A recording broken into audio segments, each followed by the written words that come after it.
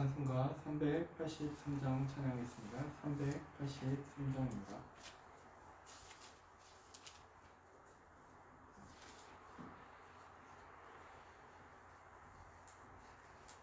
383장입니다.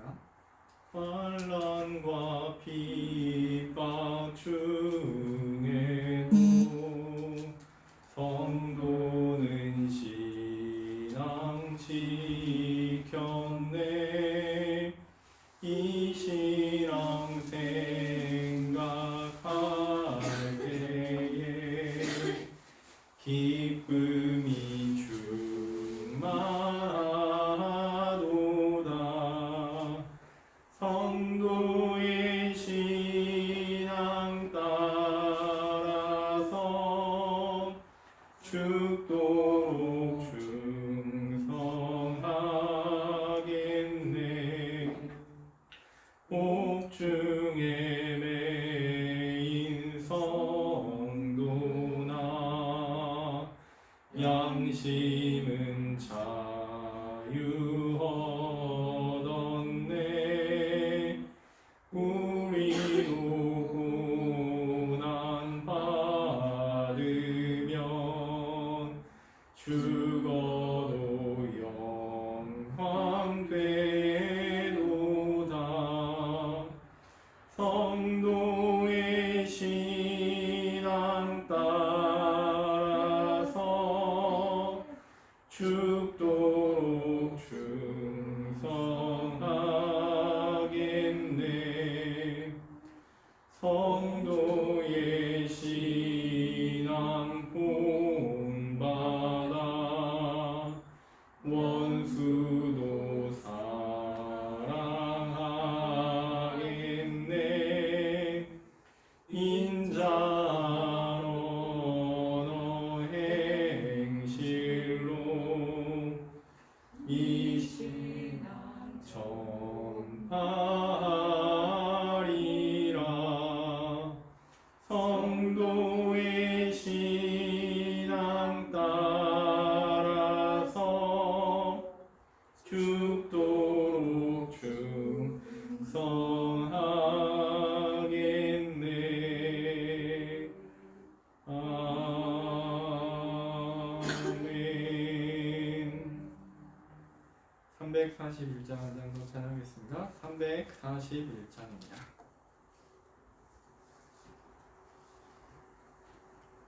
너 하나님께 이끌리어 일평생 주만 바라면 너 어려울 때 힘 주시고 언제나 지켜주시리. 주 크신 사랑 믿는 자 그 반석 위에 서리라. 너 설레는 맘 가다듬고 이왕 중 기다리면서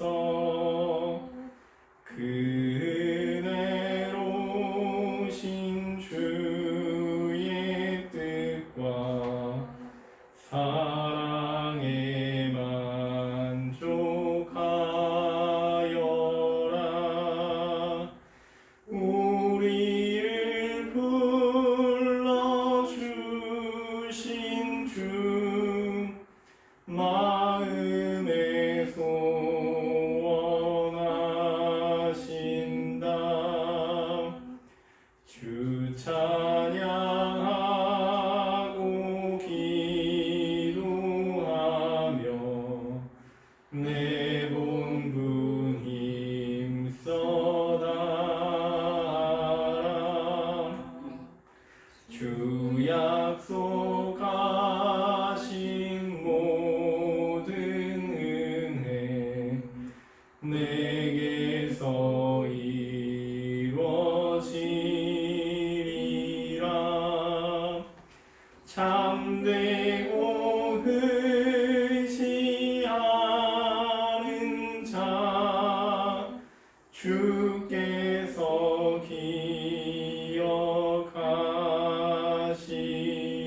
기억하시리. 아멘.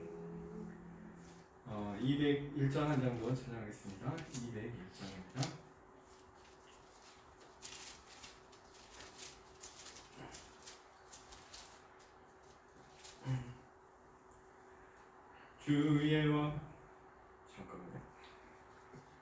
주의 확실한 약속의 말씀 듣고 주만 믿으면 구원을 얻으리라. 할렐루야 할렐루야. 내가 예수를 믿어 그의 흘리신 피로 내 죄 씻었네. 할렐루야 할렐루야. 내가 예수를 믿어 그의 흘리신 피로 내 죄 씻었네. 나의 갈 길이 살았고 위험하나 항상 예수의 도우심 믿고 가네. 할렐루야 할렐루야. 내가 예수를 믿어 그의 흘리신 피로 내 죄 씻었네. 할렐루야 할렐루야. 내가 예수를 믿어 그의 흘리신 피로 내 죄 씻었네. 주의 보좌에 천사들 둘러서서 우리 구주를 높이어 찬양하네. 할렐루야 할렐루야. 내가 예수를 믿어 그의 흘리신 피로 내 죄 씻었네.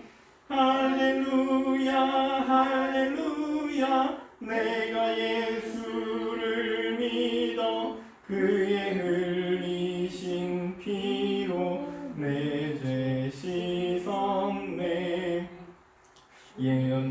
예언자들과 왕들도 반열대로 금길 따라서 나와 찬송하네. 할렐루야 할렐루야. 내가 예수를 믿어 그의 흘리신 피로 내 죄 씻었네.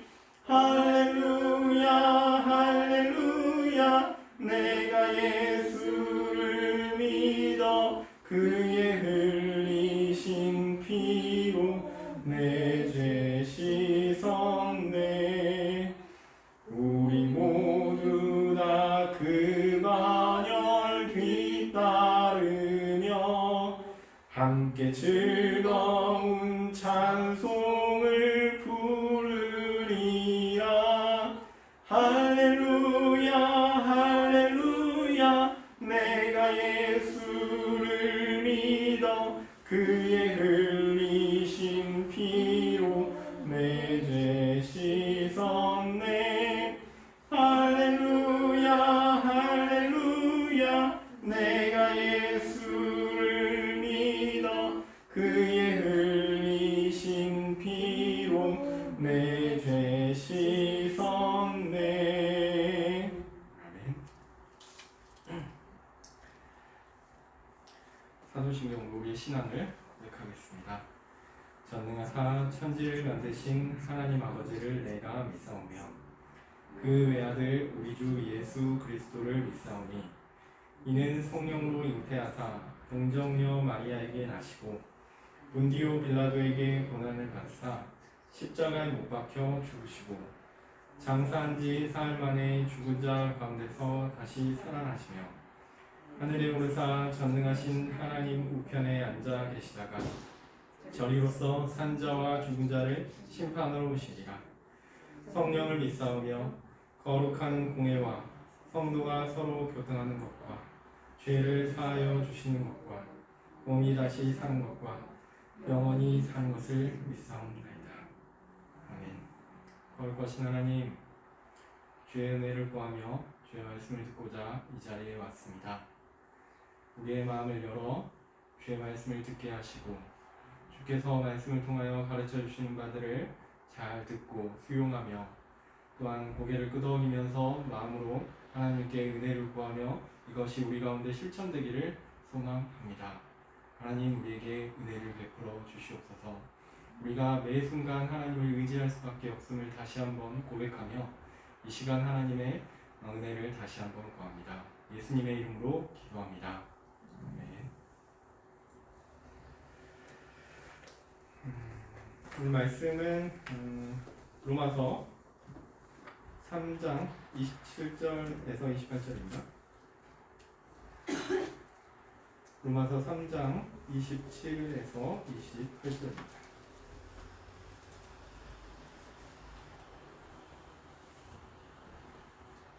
근데 제가 이따 본문을 읽을 때는 조금 더 길게 얘기를 할 거라서요. 19절부터 제가 공부하겠습니다. 로마서 3장 19절부터 제가 공부할게요.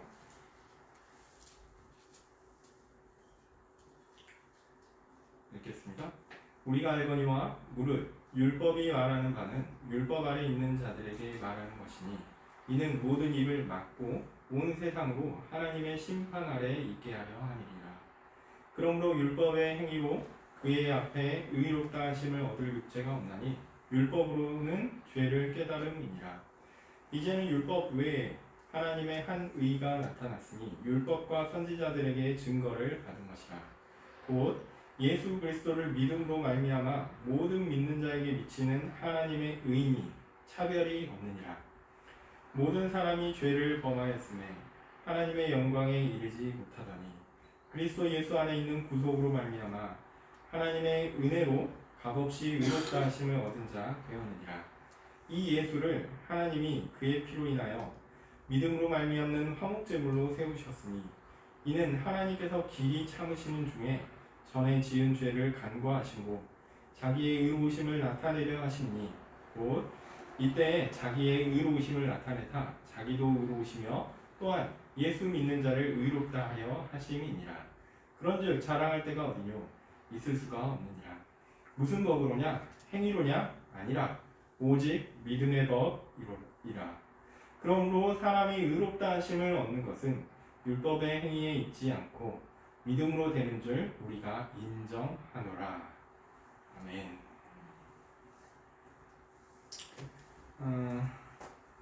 지금 믿음의 구원의 순서에 대해서 쭉 살펴보고 있는데요. 지난번에 저는 믿음이 전인적 성격을 가진다라는 것의 의미를 중세 스콜라 신학의 은혜론에 대한 얘기와 함께 하이델베르크 요리문답 21문을 통해서 그 내용들을 좀 살펴보았습니다. 중세에는 구원을 단순한 지적 동의로 이해한 믿음에서 시작하여 거룩하게 되는 과정을 거쳐 그 과정 동안 공로를 쌓습니다. 그래서 그 공로를 쌓아서 구원에 이르는 겁니다. 그 구원이라는 게요, 시작이 있고 끝이 있는데 이 시작은 그냥 네 믿습니다라고 하는 단순한 믿음이고, 종료는 뭐냐면 그 믿음 동안 그 믿고 나서 이후에 이 선한 여러 가지 일들을 통해서 공로를 쌓는 거예요. 이 공로가 어느 정도 차면 됐어, 하나님이 이렇게 인정하시면 그때 이 사람은 구원을 얻는 겁니다. 그러니까 믿음이라는 게요, 여기서부터 시작해서 여기까지 가는 과정입니다. 그리고 공로를 쌓아가는 과정이죠. 믿음의 시작에 있어서는 자신의 그냥 단순한 지적인 믿음, 네 믿습니다 이거지만 끝에 갈 때는 뭐가 필요하냐면 이거를 결과물로 만들어내야 되는 그런 전인적인 게 들어가는 거예요. 그래서 우리가 뭔가를 해야지 여기 끝까지 목적한 바까지 이룰 수 있다는 겁니다. 물론 처음에 믿는 그 믿음은 뭘 의미하는 거냐면 세례받는 거하고 동일한 의미로 이해하는데 구원받지 못한 상태에서 구원받은 상태로 가는 건데 그 구원받은 상태는 천국에 가는 게 아니라 천국에 가려면 여기를 넘어야 되고요. 천국에 가는 게 아니라 연옥에 가는 겁니다. 영혼도 연옥에 가서 이제 자신의 남은 죄 값을 여러 가지 행위나 선행을 통해서 치르는 거죠. 그래서 로마 카톨릭과 또 중세 스콜라에서 얘기하는 구원론은 이게 과정입니다. 과정. 그래서 열심히 해야지 여기 구원의 종착점이 이룰 수 있는 겁니다. 그렇지 않으면 몇천 년 동안 여러분은 연옥에서 불타는 그 정화 과정을 깨끗하게 하는 과정을 겪을지 모릅니다. 이건 스콜라 신학이 얘기하는 바고 중세 신학이 얘기하는 바며 동일하게 지금도 로마 카톨릭이 이야기하는 의화라고 하거든요. 그러니까 영어나 이제 라틴어는 justificatio 아니면 justification 이렇게 해서 칭의라고 얘기하는 단어와 똑같은 걸 쓰지만 이 사람들은 기본적으로 과정이라서 그거를 우리말로 번역할 때는 잘 번역했어요. 의화 이렇게 번역합니다. 어쨌든 이렇게 과정이라는 것으로 구원을 이해를 했는데 이 과정은 하나님께서 주시는 은혜와 사람의 적절한 반응이 합쳐져서 결과를 만들어내는 것이죠.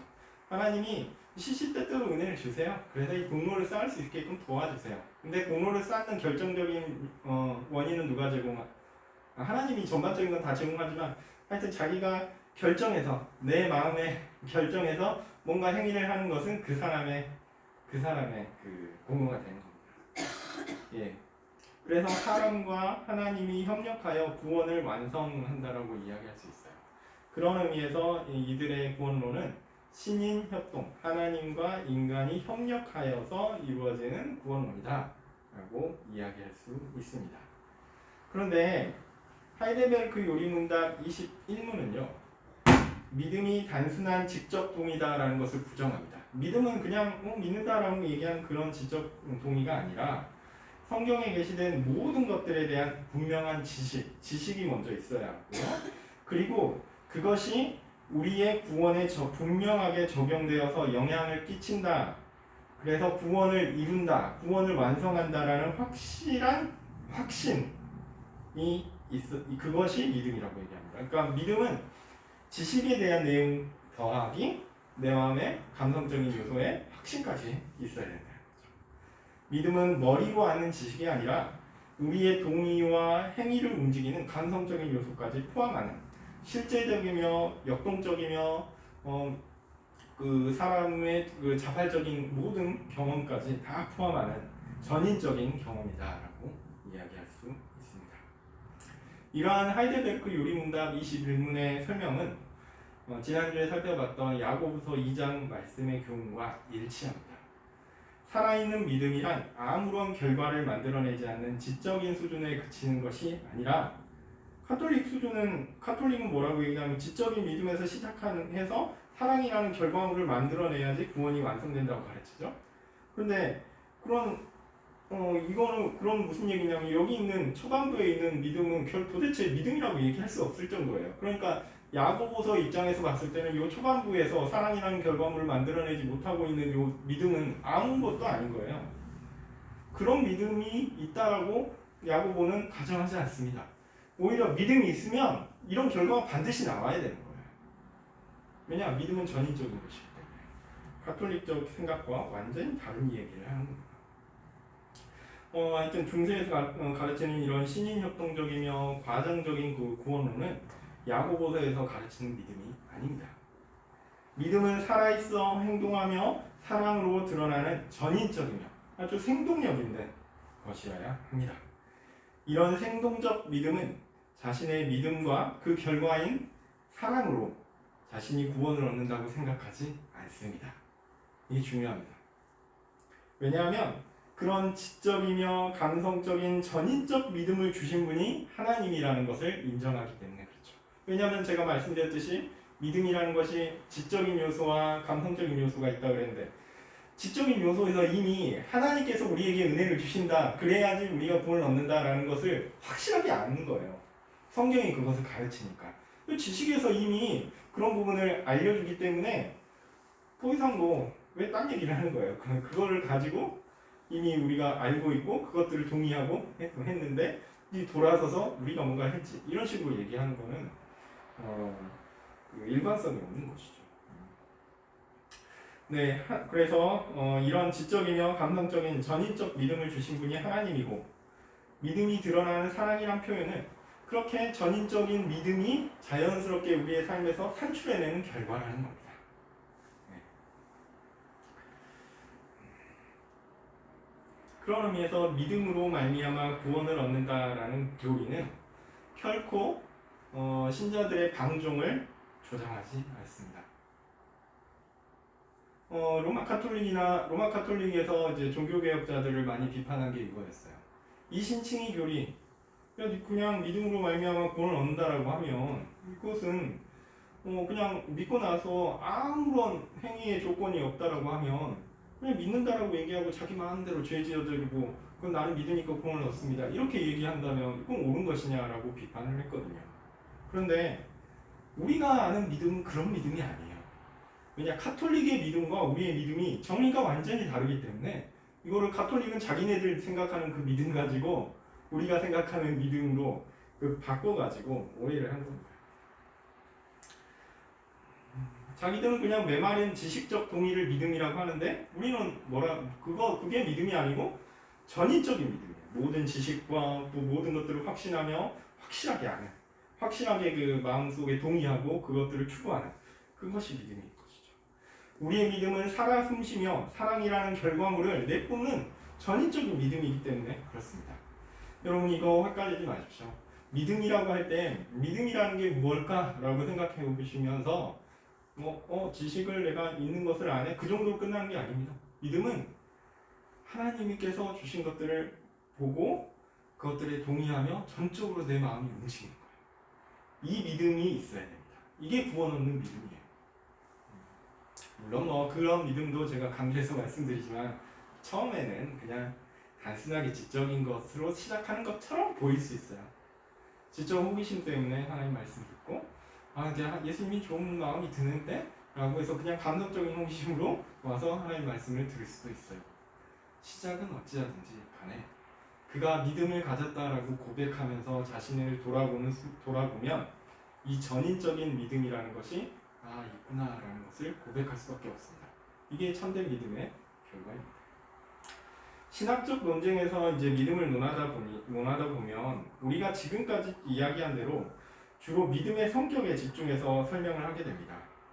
믿음이란 건 뭘까? 믿음의 정의는 뭘까? 지적 동의니 아니면은 감성적 동의, 지적인 단순한 동의니 아니면은 감성을 포함한 전적인 그 전인적인 것이니 이런 식의 얘기죠. 그런데 믿음을 구체적 사람의 행위로 경험적으로 설명하게 되면 어떻게 표현할 수 있을까요? 도대체 어떤 것이 믿음입니까? 그런 면에서 믿음을 너무 우리가 이론적이면서 복잡하게 생각하는 것 아닌가 이런 생각을 할 수 있습니다. 물론 이건 제가 신학적인 얘기를 하다 보니까 이런 식으로 나눠서 설명을 한 거긴 하지만요. 이것은 이미 회심의 믿음의 정의에 대해서는 이미 회심에서 설명을 드렸는데요.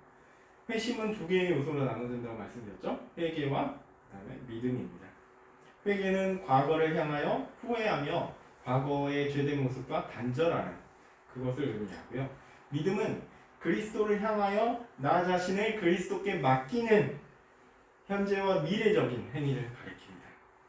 그러니까 믿음이란 건 뭐냐면 내 힘으로 내가 나의 구원을 얻을 수 없으니 구원의 중보자이신 그리스도께, 교회의 주인 되신 그리스도께 나 자신을 완전히 의탁하는 겁니다. 그냥 나를 맡기는 거예요. 하나님 도와주세요. 예수님 도와주세요. 라고 맡기는 겁니다. 그리스도만을 의지하고 붙들고 그분만을 나의 구주로 받고 그리스도의 백성이 되어 그리스도의 교훈을 따라 살 것을 소망하며 그리스도를 전적으로 의지하는 것입니다. 그것이 믿음입니다. 그러니까 이런 경험적인 것들을 생각해 보면 이런 예수님을 믿는다라는 믿음에서 과연 나의 공로를 찾을 수 있습니까? 없죠. 실제로는 없어요. 이론적으로 사람들이 찾으려고 앞에 말씀드렸듯이 믿음이라는 거는 뭐 어떤 거고 이렇게 설명하고 또 그것들을 반박하기 위해서 또 그것들을 분석해가지고 그걸 또 이렇게 반박하는 논리를 세워가지고 이렇게 하는데 실제로 믿음이라는 것이 무엇인가라는 걸 생각해보면 우리가 할 수 없으니 우리의 모든 것을 다 그리스도께 의탁한다라는 그 개념에서는 절대 우리는 우리의 공로를 찾을 수 없습니다. 우리의 그런 경험적 행위에 따른 정의를 생각해보면 믿음을 통해 얻는 구원에서 사람의 행위나 공로가 도움이 되거나 아니면 구원의 보탬이 된다고 생각할 수 없어요. 아니 그리스도만이 나를 구원하실 수 있는 유일한 통로다라고 고백하면서 우리가 믿음을 고백했잖아요. 구원해달라고 하나님께 나아갔잖아요. 예수님의 은혜만이 나의 유일한 구원을 위한 유일한 통로요, 유일한 수단입니다라고 이야기했잖아요. 그래놓고 왜 내가 믿어서 구원을 얻는 것처럼 생각하십니까? 그건 착각하면 안 됩니다. 정말 어리석은 일이죠. 오늘은 믿음을 통해 구원을 얻는다라고 얘기했는데 그러면 구원을 얻는다라는 말은 도대체 무엇일까? 라는 것을 살펴보려고 합니다. 너무 이게 세분화되고 또 어떤 의미에서 구원 얻은 것이 무엇이냐라는 것을 이렇게 이야기할 필요 있겠느냐 했는데 이거를 잘못 이해하는 사람들이 많아가지고 또한 이렇게 설명하는 거니까요. 좀 그냥 좀 복잡할 수 있지만 그렇지만 좀 유익이 될 만한 내용들이니까 한번 좀 잘 들어보시면 좋겠어요. 이신칭이란 말 들어보셨죠? 이신칭이 믿음을 통해 믿음으로 칭의, 의롭다 칭함을 받는다. 그러니까 이 믿음으로 의롭게 된다 이 말입니다. 의를 얻는 것은 무엇을 의미하냐면 구원을 얻는다라는 겁니다. 그러니까 우리가 구원을 얻는다라고 얘기할 때 중요한 내용은 의를 얻는다라는 거예요. 그래서 오늘은 그 칭의, 의롭게 되는 것에 대해서 간략하게 살펴보려고 합니다. 오늘 다 보지는 않고요. 오늘하고 다음번 과정을 통해서 보려고 합니다. 오늘 읽은 본문을 간단하게 설명하면서 칭의에 대한 논의를 하려고 합니다. 먼저 의롭다라는 표현은 어떨 때 쓰는 거냐면 그 법과 관련해서 쓰는 겁니다.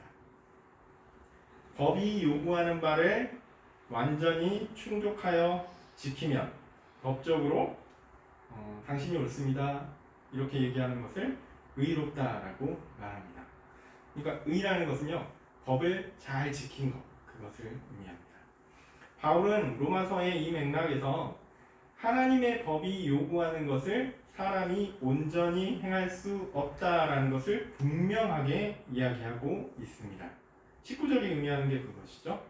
우리가 알거니와 율법이 말하는 바는 율법 아래 있는 자들에게 말하는 것이니 이는 모든 입을 막고 온 세상으로 하나님의 심판 아래 있게 하려 함이라. 율법으로는 그러므로 율법의 행위로 그의 앞에 의롭다 하신 얻을 육체가 없나니 율법으로는 죄를 깨닫는다. 예, 법을 행할 수 있는 사람은 없습니다. 이것을 분명하게 얘기합니다. 23절에 강조하여 또 얘기하죠. 모든 사람이 죄를 범했습니다. 법이 요구하는 것을 행하지 못했습니다. 그러면 당연히 어떻게 해야 됩니까? 법을 위반했으니까 처벌을 받아야겠죠. 그래서 법이 우리에게 주는 주요한 교훈은 우리에게 의를 인정받기 위한 방법을 가르치기 위함이 아닙니다. 19절 말씀처럼 우리가 모두 법을 지킬 수 없다는 것을 보여주기 위한 거예요. 자, 법은 뭐라는 거죠? 지켜야 됩니다. 근데 하나님께서 우리에게 법이라는 것을 잘 가르쳐 주신 이유는 이 법을 지켜서 내가 의롭다라는 것을 증명하기 위한 것이 아니라 내가 법을 보면서 내가 하나님 앞에서 죄인이구나. 내가 하나님의 벌을 받아야 되구나. 내가 하나님 앞에서 영원한 형벌을 받아 죽어 마땅한 자구나 라는 것을 깨닫게 하기 위해서 법을 알려주신 것이다 라는 의미입니다. 그러니까 우리가 하나님의 법을 볼 때 이것만 지키면 구원을 얻는구나 이렇게 생각하시면 안 됩니다. 이거 볼 때 내가 법을 지키고 있는가 돌아보고 내가 법을 지켰는가 과거의 모든 행위를 돌아보면서 내가 진짜 죄인이구나. 진짜 예수님 말고는 구원에 이를 방법이 없겠구나.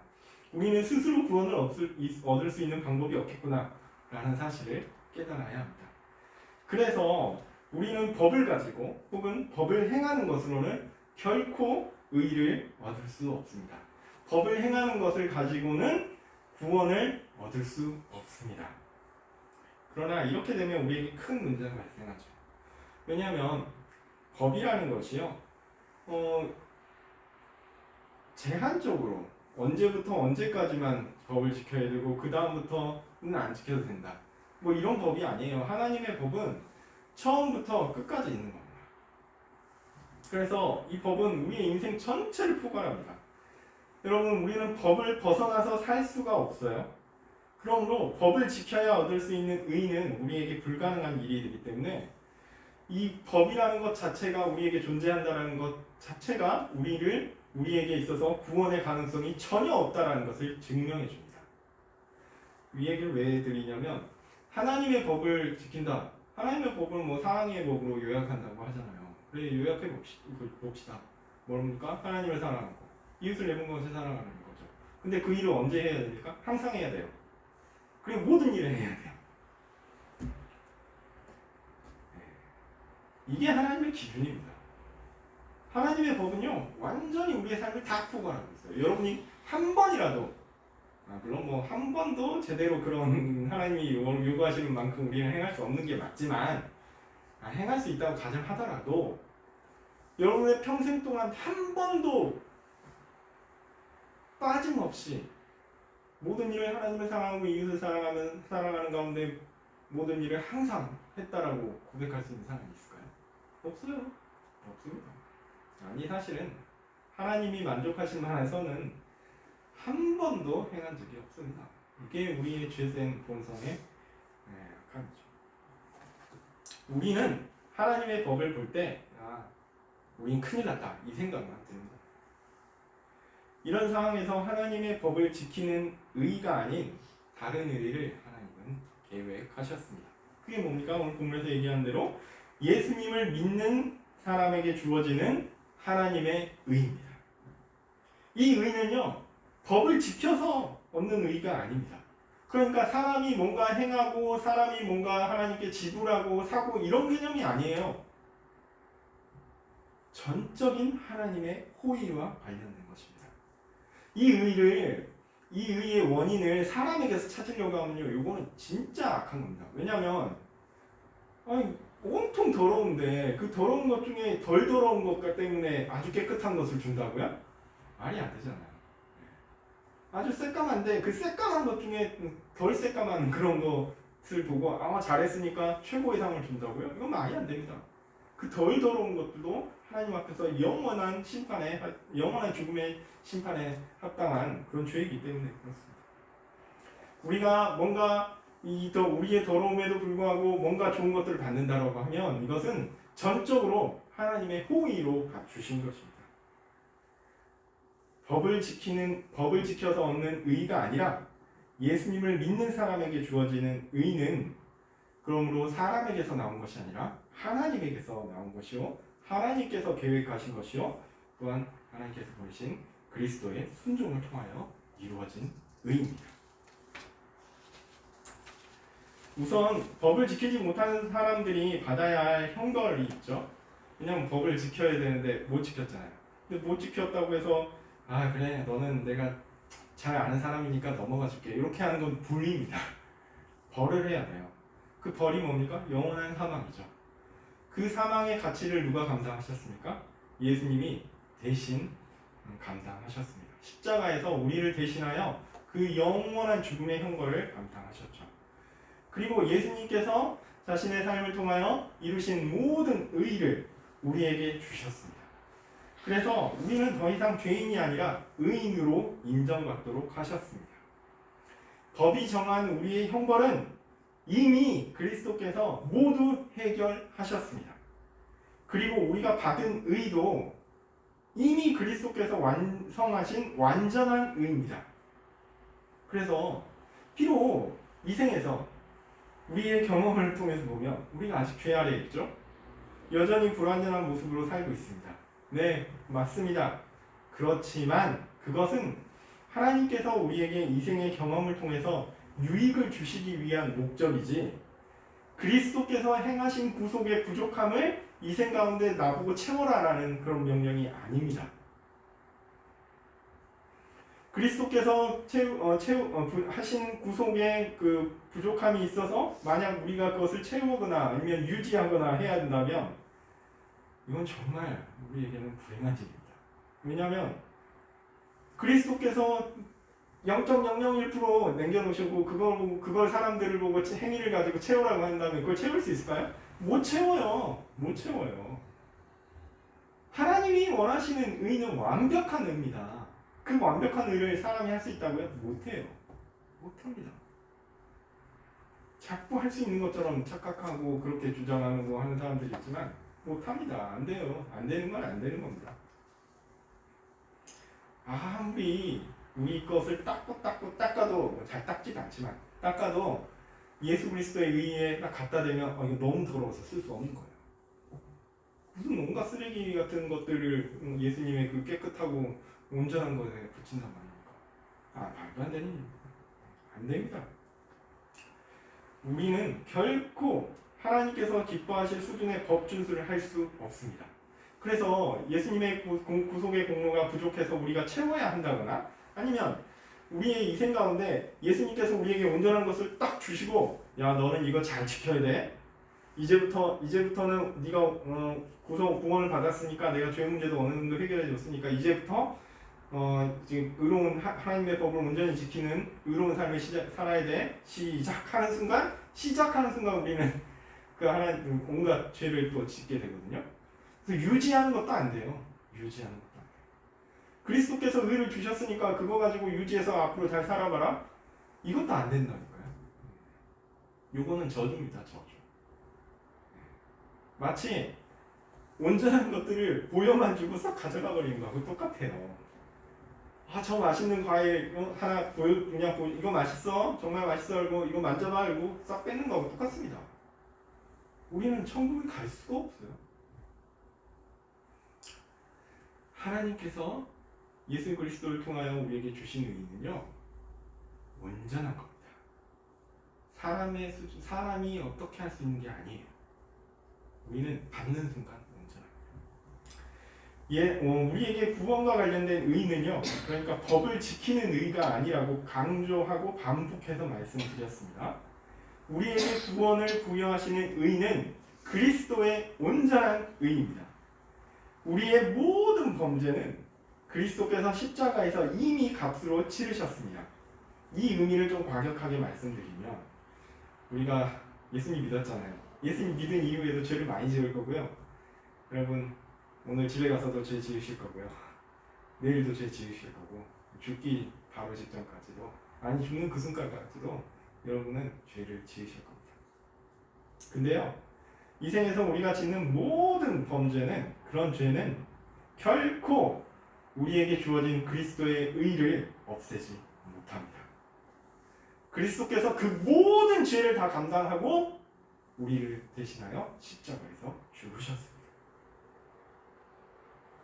물론 제가 여러 번 강조해서 말씀드렸듯이 믿음이라는 게 전인적 성격을 갖기 때문에 그리스도를 적극적으로 싫어하고 적극적으로 거절하면서 그래도 나는 예수님 믿는다라고 이야기하는 그런 말하는 사람은 없습니다. 없으니까 이제 그런 경우는 생각하지 마시고요.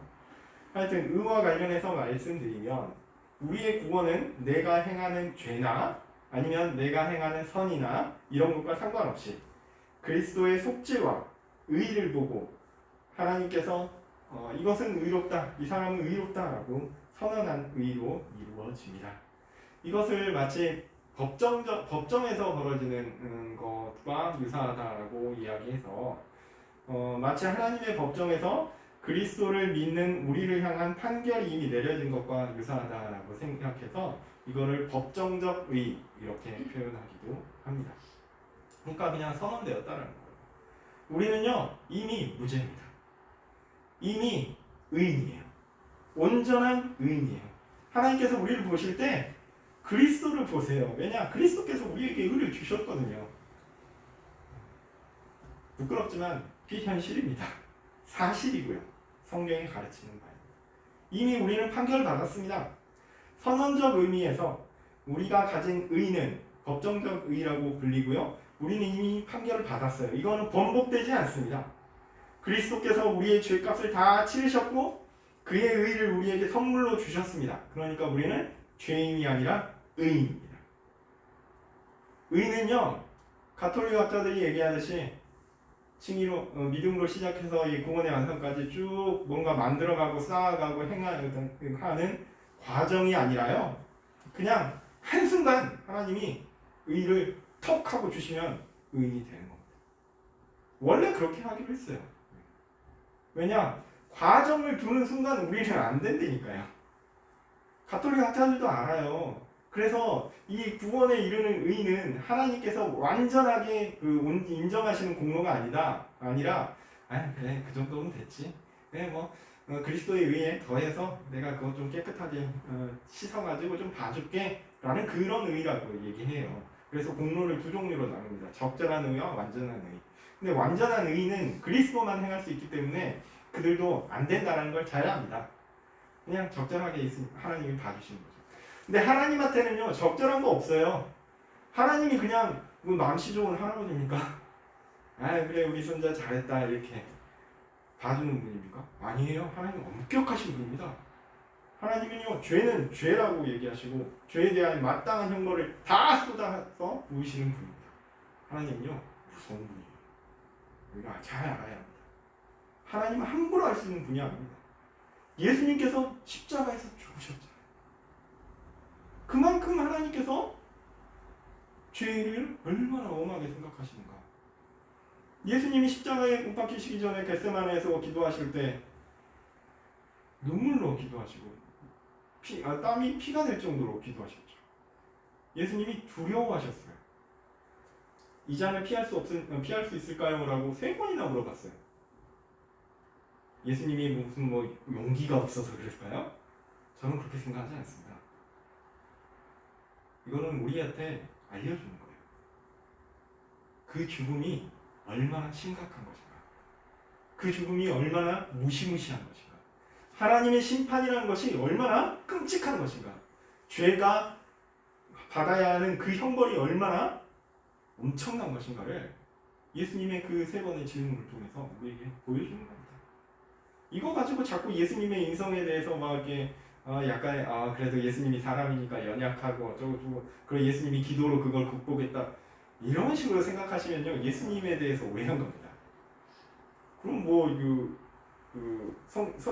순교자 여러 순교자들 가운데 그런 거 없이 그냥 나는 그리스도를 위해서 죽으리라 생각하면서 한 번도 온갖 고문과 그런 것을 그런 가운데 신앙을 버리지 않고 불타 죽으면서 아니면 고문 받으면서도 용감하게 죽은 사람도 많거든요.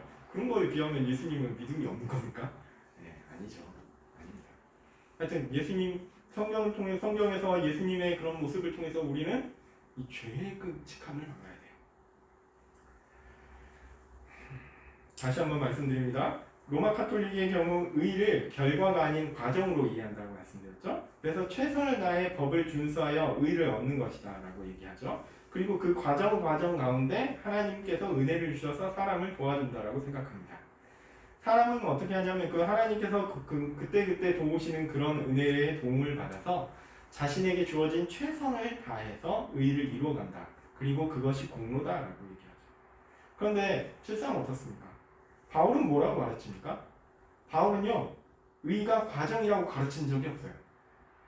의를 뭔가 행해가지고 내가 그것들을 결과물로 갖는 거라고 얘기한 적이 없어요. 로마서에서 보십시오. 의는요 사람이 법으로 행함으로 얻을 수 있는 게 아닙니다. 그냥 하나님께서 그리스도를 믿는 자에게 턱 하고 주시는 거예요. 바울에게 있어서 의란 과정이 아니라 결과입니다. 하나님께서 주신 결과입니다. 사람이 무엇인가 의로운 것을 만들어내는 과정이란 아무 의미가 없습니다. 과연 내가 무엇을 해서 하나님을 기쁘시게 할 수 있을까요? 물론 구원받는 자가 하는 행위는 하나님께서 기뻐하세요. 근데 그거하고 다른 의미로 구원을 위해서 내가 뭔가의 공로를 쌓고 하나님을 기쁘시게 해서 감동시켜서 하나님에게 있는 어떤 것을 구원이라는 것을 가져올 수 있을 만큼 내가 뭔가를 할 수 있을까요? 아니요. 못합니다. 우리는 죄인이에요. 사람은 하나님의 법을 전혀 지키지 못합니다. 로마서의 교훈이 그것입니다. 그래서 로마 가톨릭의 칭의 혹은 의화 교리는 완전히 틀렸습니다. 그렇게 해서는요, 구원을 이룰 수도 없고요. 만약 그가 구원을 얻었다고 하더라도 구원을 유지할 수도 없어요. 사람이 자신을 의지하면 그는 자신의 책임을 지고 그에 합당한 지옥의 문을 열고 들어가게 될 것입니다. 다시 한번 강조드립니다. 사람이 의를 얻는 방식은 법을 지킴으로 얻는 것이 아니라 하나님께서 그리스도를 통하여 세우신 의를 부여하여서 얻는 것입니다. 종교개혁의 전통을 받는 우리는 하나님께서 우리에게 의를 부여하시는 수단이나 통로가 뭐라고 생각하냐면 믿음이라고 생각합니다. 그리고 그렇게 표현하죠. 그래서 칭의를 오늘 본문에 보면 칭의를 그리스도를 믿는 사람에게 하나님께서 베푸시는 호의라고 표현할 수 있는 것입니다. 믿음을 강조하는 표현으로 바꾸어 말씀드리면 칭의는 그리스도를 믿음으로 우리에게 주어집니다. 다시 한번 말씀드릴게요. 칭의는 그리스도를 믿음으로 우리에게 주어집니다. 다시 한번 강조해서 말씀드립니다. 믿음은 사람의 무능을 전인적으로 깨닫고 그리스도께 모든 것을 의탁하는 것이기 때문에 여기에서 사람의 공로란 전혀 없습니다. 그러므로 믿음으로 인한 칭의도 사람의 공로나 사람이 행한 어떤 것 덕분이다라고 말할 수 없습니다. 하나님의 호의요, 은혜로 주어진 선물입니다. 하나님께서 우리에게 선물로 공짜로 주셨어요. 내가 어떤 값을 지불할 수 없음에도 불구하고 나의 가치는 죽음에 해당하는데 이 죽음에 해당하는 것을 거슬러 하나님이 아무것도 안 보고 그냥 주셨어요. 의를 칭의는 믿는 사람에게 주어지는 의이기 때문에 다시 한 번 말씀드리지만 과정이 아니라 결과입니다.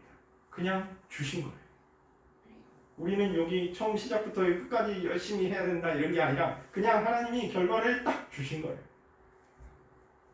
의를 더 얻거나 아니면 유지하기 위해서 사람의 선행이나 공로나 아니면 이 죄값을 갚는 보석행위 이런 거 더 필요하지 않습니다. 오직 그리스도를 의지하는 믿음만이 우리의 구원의 수단이 됩니다. 여러분, 우리의 모든 것들을 다 그리스도께 맡기십시오. 그리하면 구원을 얻게 됩니다.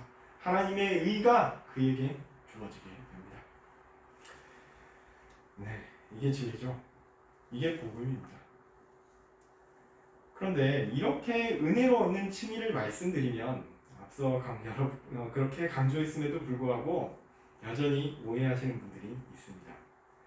구원을 위해 아무런 사람의 선행이 필요하지 않다면 칭의가 법정적으로 선언되어서 더 이상 우리의 행위와 아무 관련이 없다면 믿고 난 다음에 아무렇게나 살고 죄를 짓고 사는 것을 방조하는 건 아닌가 이런 얘기입니다. 이거 아니라고 제가 말씀드렸는데 이거 얘기하면 또 나옵니다. 또 얘기 나오고 또 얘기 나오고. 네. 그래서 저도 또 얘기하겠습니다. 이것은 다시 한번 말씀드리지만 믿음의 전인적 성격을 이해하지 못해서 그런 것입니다. 믿는 사람은 하나님의 법 안에 머무는 것, 달리 말하면 법을 지키는 것이 옳다라는 것을 먼저 지성적으로 합니다. 그리고 그 법에 감성적으로 동의를 합니다. 좋아해요. 아, 하나님의 법이 이렇게 정말 좋은 거구나. 맞아. 하나님 사랑해야지. 맞아. 이웃을 내 몸과 같이 사랑해야지. 잘 안 되지만 좀 해봐야겠다. 이런 생각을 합니다. 네. 법을 따라 사는 것을 또한 실천하려고 합니다. 아, 저 인간 너무 싫은데 그래도 내가 예수님 믿는 사람인데 좀 싫어하지 않고 좀 좋아하지는 못하더라도 최소한 저 사람한테 욕은 하지 말아야지. 저 사람한테 악의로 대하지는 말아야지. 라는 마음으로 소극적으로라도 뭔가를 해보려고 해요. 물론 뭐 항상 그렇지는 못하고 또 악한 마음에 사탄의 그 불화살에 넘어가가지고 죄를 짓는 일들이 많이 있죠. 네. 그렇죠. 우리가 연약하니까요. 그래서 뭐 그럴 수 있습니다. 또 뭐 어떤 선한 일을 하려고 해도 완전하게는 잘 안 됩니다. 미워하는 마음이 사라지지가 않는 경우가 있어요. 여전히 우리 안에 죄성이 남아 있으니까요. 네. 그러나 이제 난 칭의 받았으니 어떻게 살아도 상관없어 라고 주장하는 것은 아닙니다. 만약 누군가 그렇게 주장하면요, 그 사람은 칭의 받지 않았다라는 것을 드러내는 증거를 보여주는 것이다 라고 할 수 있어요. 오히려 그래요. 만약 자신이 의롭다 인정함을 받았다는 것을, 자신의 믿음으로 말미암아 칭의를 받았다는 것을 확신하는 사람이라면 하나님의 법을 지키는 것을 두려워합니다. 이걸 지켜야 된다는 것을 알아요. 죄 짓는 것을 싫어해요. 그게 이제 믿음의 전인적 성격에서 드러나게 되어 있습니다. 사실 이 문제는 오래된 논쟁점입니다. 칭의를 받았다, 구원을 받았다, 이런 주장을 하지만 삶의 증거가 드러나지 않는 경우가 많았기 때문에 그렇죠. 제가 그래서 제가 전문적으로 연구했던 멜라니톤이나 또한 개혁파의 전통은 율법의 제3율법을 강조했습니다. 쉽게 말하면요, 예수님을 믿어 구원을 얻은 칭의를 받은 사람은 어떻게 살아야 하는가에 대한 답을 주는 것이죠. 바로 성경을 통해서 하나님께서 우리에게 처음부터 요구하신 삶, 그 아담 때부터 요구하신 삶이에요. 아담 때부터 요구하신 그 삶의 원리를 그대로 살아가는 겁니다. 성경을 통해서 우리에게 잘 알려주셨어요. 다시 한번 말씀드립니다. 하나님을 사랑하고 이웃을 사랑하는 것을 모든 일에 항상 적용하며 살아가야 합니다. 그래서 우리는 여전히 하나님께서 자기 백성에게 베푸신 계명을, 하나님의 법을 소중히 여기며 잘 배워야 합니다. 어떻게 하는 것이 하나님 앞에 바른 삶입니까? 하나님의 말씀을 통해서 잘 배워야 합니다. 이것은 은혜로 베푸는 구원의 복음과 배치되는 것이 아닙니다. 이거를 착각하는 사람들이 있어요. 특별히 루터파가 이런 식의 이제 착각을 많이 해요. 뭔가 이렇게 하나님의 법을 지키는 것이 중요하다라고 얘기하면, 우리는 지키지 않아도 구원 얻는데? 라고 얘기하면서 복음을 경시한다라고 생각해요. 아니, 맞아요. 지키지 않아도 구원 얻는 건 맞는데, 그렇게 구원 얻은 사람은 지킨다니까요. 네. 근데 지킨다는 얘기하면 또 이제 얘기합니다. 복음에 대한 강조가 별로 없어. 이런 식으로 해서 일종의 톱니바퀴 돌듯이 얘기하는 생기는 논쟁인데요. 하여튼 우리는 여기서 균형을 잘 잡아야 됩니다. 법도 지켜야 되지만 법을 지키는 것으로 구원 얻는 게 아니라는 거예요. 먼저는 그리스도의 의를 통해 그리스도의 구속하심을 믿음으로 말미암아 하나님의 의를 얻죠. 그렇게 얻은 사람은 어떻게 한다고요? 법을 지킨다고요. 이거는 결과의 의미입니다. 이게 뒤바뀌지는 않습니다. 근데 이게 강조점에 있어서 논쟁이 많이 발생합니다. 하나님은 구원을 받은 사람이 이 생에서도 구원을 받은 사람의 마땅한 삶을 살기를 원하시고 그렇게 하기를 계획하셨던 거예요. 왜냐하면 하나님의 백성은 당연히 하나님의 법을 지키는 게 마땅하죠. 또 그리스도께서 이미 다 지켜놓으셔서 완벽한 의를 우리에게 부여하셨습니다. 그러니까 우리는 어떻게 살아야 될까요? 그리스도를 따라 살아야 돼요. 왜? 우리는 그리스도의 백성이니까. 우리가 그리스도의 백성이 아니면 하나님의 법을 따를 필요도 없습니다. 그리스도의 백성이니까 따르는 거예요. 그리스도의 백성이 되기 위하여 따르는 것이 아니라요, 우리가 그리스도의 백성이니 그리스도의 법을, 하나님의 법을 따르는 것입니다. 이거를 성관계, 논리적인 관계를 꼭 잊지 마시기를 부탁드립니다. 하나님은 이렇게 사람에게 정하시는 거예요. 이 법을 지키고 사는 것이 가장 인간다운 것이며 가장 아름다운 것이며 가장 좋은 것이고 가장 사람들에게 행복감을 줄 수 있는 것이다 라는 것을 이미 정하신 거예요. 우리는 그 정하신 법대로 살아가야 하는 겁니다. 그게 행복이에요. 근데 우리 죄된 본성은 좀 다르죠. 뭔가 이게 죄를 저지르고 사람들 앞에 좀 흥미롭고 또 뭐 스릴 넘치는 어떤 것을 하면서 이 죄와 죄가 아닌 것, 그러니까 실정법이죠. 그거를 이제 그 선을 넘나들면서 뭔가를 하면 참 대단한 것 같고 멋있는 것 같고 그렇죠. 그게 즐거운 것 같고 막 그렇거든요. 영화 보면 다 그런 거죠. 그렇지 않습니까? 영화에서는 뭐 폭력이라든지 여러 이게 그 세상에서 벌어지는 여러 악한 그런 일들이 너무 막 사람의 즐거움을 위해서 현실 가운데 그런 일들 벌어지면 큰일 날 일들을 너무나 쉽게 합니다. 사람이 너무 많이 죽고 극악한 폭력들이 행해져도 주인공이 하는 거니까 다 용서가 되고 이게 말이 되는가. 현실에서는 그런 일이 벌어지면 절대 안 되는 거죠. 그게 즐겁다라고 볼 수 있는데요. 아니에요. 하나님의 법을 지키는 게 진짜 즐거운 겁니다. 우리 천국에 가면요, 그 즐거움이 뭔지 확실하게 아실 거예요. 근데 이 땅 가운데에서는 그러한 즐거움들을 어떤 의미에서 맛보기로 하는 겁니다. 연습하시는 거니까 꼭 기억하셨으면 좋겠어요. 그래서 칭의를 받은 사람은요, 사람이 사람다울 수 있는 법, 타락해서 우리가 이룰 수 없는 법이지만 그리스도로 말미암아 믿음을 통하여 우리에게 그 완성을 선물로 주시고 그 선물을 마땅한 방식으로 누릴 수 있도록 하나님은 도움을 주십니다. 그래서 칭의를 받은 사람은 하나님의 법을 따라 살려는 마음이 자연스럽게 생깁니다. 그리고 하나님께서 힘을 주셔가지고 부족하지만 그 법을 지키려고 노력을 하고 또 실제로 어느 정도 지켜요. 그리고 사실 그런 법을 가지고 하나님께 갖고 나아가면 그 법은 사실 지저분하고 더럽거든요. 그렇지만 그럼에도 불구하고 하나님께서 그렇게 법을 지킨 그 선행한 것들을 칭찬하신다라고 얘기하시고 심지어는 상급까지 우리에게 주신다라고 약속하셨습니다.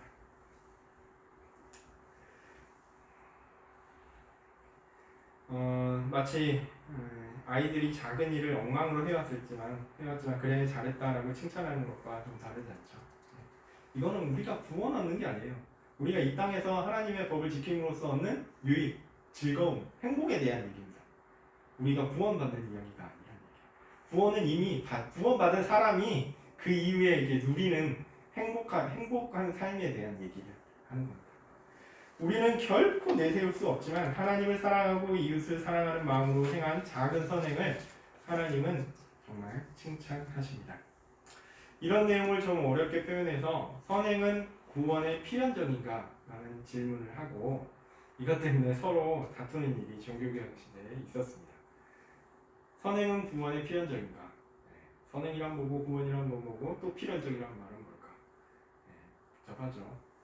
선행이 필연적이다라고 하면 은혜로 얻는 구원이 아니라 선행이 구원의 원인이 되는 것 아니냐. 그러니까 선행이 구원의 필연적이다. 그러면 구원에 있는 사람은 반드시 선행이 있어야 된다라고 얘기하면 마치 선행이 원인이 되는 것처럼 들리니까 이것 때문에 싸웠어요. 정리해서 말씀드리면 구원받은 사람은요, 칭의된 사람은요, 선행을 행합니다. 이것은 말씀드렸듯이 믿음의 전인적 특성에서 보면 맞는 얘기입니다. 당연한 겁니다. 그래서 필연적입니다. 구원하는 사람, 칭의를 받는 사람은요, 하나님의 법을 지켜요. 이게 필연적이에요. 그런데요, 이게 뒤집어지면 안 됩니다. 지켜서, 하나님의 법을 지켜서 내가 의롭게 된다? 요건 아니라는 거예요. 로마서에서 분명히 얘기하는 겁니다. 지키는 거는요, 우리의 구원과는 상관이 없어요. 우리의 구원은 뭐로 주어진다고요? 하나님께서 그리스도를 믿는 자에게 턱 하고 의를 주시는 방식으로 주어진다고요. 둘의 순서를 바꾸어서 구원은 선행이 꼭 필요한가? 라는 질문이 되면 완전히 다른 질문이 되겠죠. 선행은 결코 하나님의 법을 지키는 것은 결코 칭의의 원인이 될 수 없습니다. 제가 그 단순한 얘기고 간단한 얘기를 여러 번 반복해가지고 또 다른 방식으로 또 설명을 드렸는데 어떠셨는지 잘 모르겠습니다. 원래는 조금 더 진행해야 되는데 이게 시간이 돼서 이 부분은 다음번에 또 말씀드리도록 하겠습니다. 기도하겠습니다. 거룩하신 하나님, 여러 번 강조하고 반복할 수밖에 없습니다. 우리가 하나님의 법을 지키는 것이 마치 우리가 구원을 얻는 것과 상관이 있는 것처럼 생각하기 쉽기 때문입니다. 하나님의 법을 지키는 것은 우리의 구원과 상관없습니다. 그런데 그 하나님의 법을 지키는 것은 또한 구원받는 자에게 꼭 필요한 일입니다. 하나님, 우리가 이 관계를 잊지 않게 해주십시오.